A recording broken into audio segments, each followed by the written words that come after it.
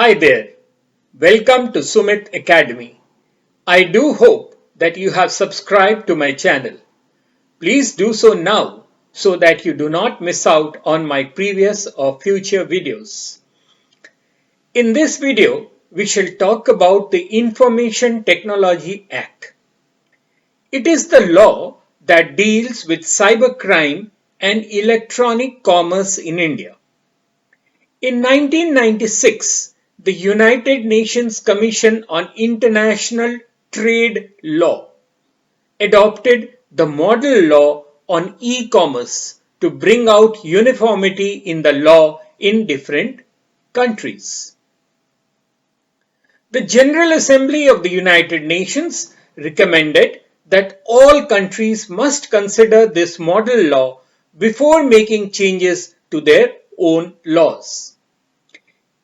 India did so and became the 12th country to enable cyber law after it passed the Information Technology Act in the year 2000.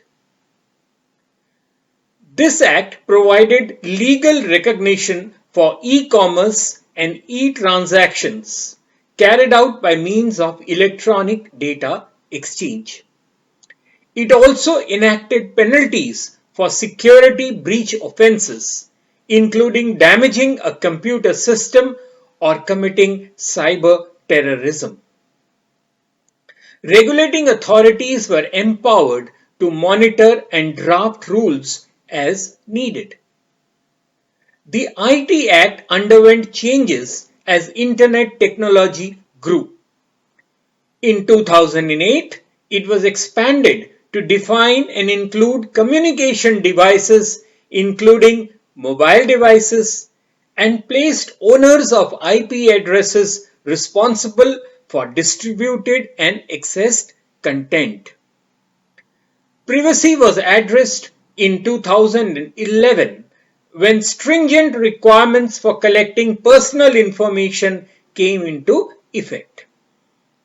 The most controversial change in this act involves Section 66A. It makes offensive messages illegal and holds the owners of servers responsible for the content. Now that means if an IP address with pornographic images is traced to your server, you can be held liable for it even if you did not authorize it. Penalties range from imprisonment of 3 years to life and fines. Now the Act legally recognized e-commerce. It also allowed electronic filing of documents with government agencies and for e-acceptance of contracts. It validated use of electronic records and recognized digital signatures.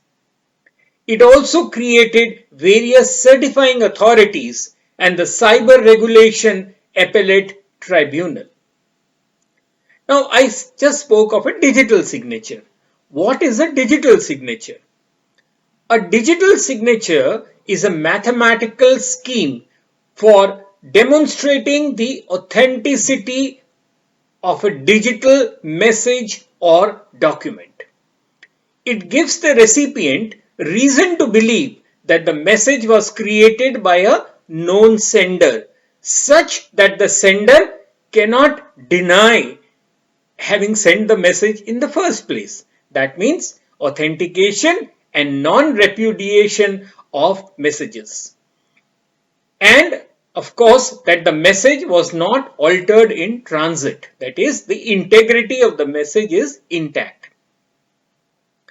Digital signatures are commonly used for software distribution, financial transactions, and in cases where it is important to detect forgery or tampering.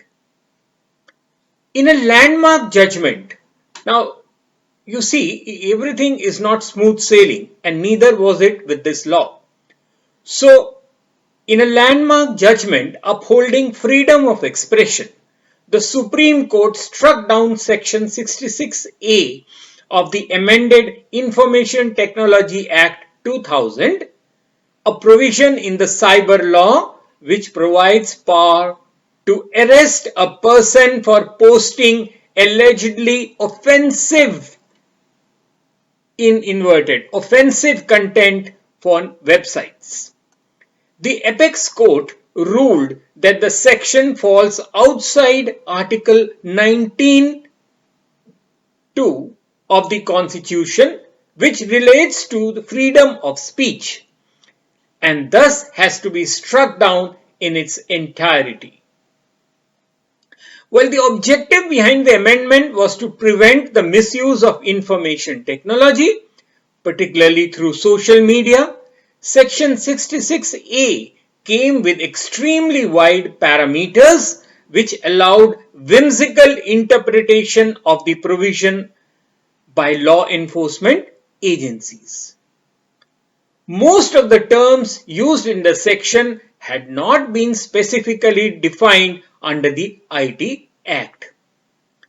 Section 66A of the IT Act as it stood was so vague that law enforcement authorities could and did interpret opinions liberally in putting citizens behind bars. It would be fair to say that with this ruling, India took a solid step towards the maturing of democratic principles. So the Act was amended in 2018 via the Information Technology Amendment Act 2018. Now it has been prepared in response to certain games and online phenomena like the Blue Whale Challenge, which involve violence and go against the cultural ethos of India. While it does not define specifically as to what is cultural ethos, it does state that nothing should go against or contradict any established practice or custom.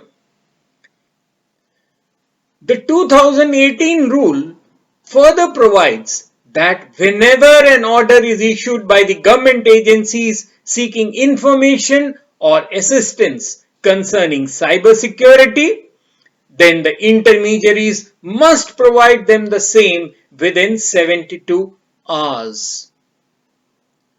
Initially, such requests could have been made only through writing, but now such requests can be made even via electronic means. If the authorized functionaries demand, then the intermediaries are also required to trace out the originator of the information and break the end-to-end encryption. So, my dear WhatsApp users, be careful. The reason behind such a rule is that in case any rumors are being spread that are detrimental to the security of the nation, then the government will be able to trace out the originator or sender of the message. The rule also requires to disable access within 24 hours to content deemed defamatory or against national security on other clauses under Article 19(2) of the Constitution. The rules also requires the companies having more than 5 lakh users to have an office in India duly registered under the Companies Act. The big intermediaries are required to get their companies registered in India, which will subject them to pay higher taxes. The 2018 rules also require appointment of a nodal officer who will be able to work with the law enforcement agencies round the clock. Initially, in the 2011 rules, the intermediaries were required to store the information and such records for a period of 90 days.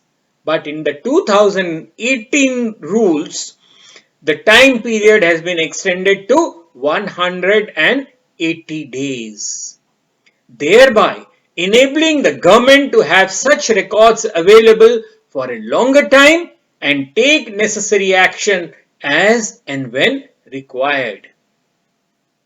You see, all this means be very careful and do not post anti-national items or forwards. Don't even like them on your social media.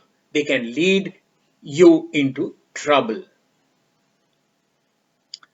The government is taking crucial steps to make legal frameworks in order to make social media accountable under law. The government has taken steps to protect the freedom of speech and expression as provided in the Constitution of India, as no regulations have been drafted with respect to the contents appearing in the social media. Naturally, when the Constitution was made, there was no social media as such. The rules will make internet companies and social media more accountable for their content. So, my dear viewers, be careful. Do not post anti national or inflammatory content on the social media. Well, that's all from me in this video. Do like, share, and subscribe to my channel so that you don't miss out on my previous or future videos.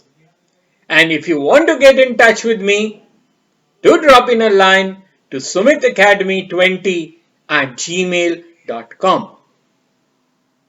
Till later then, cheers.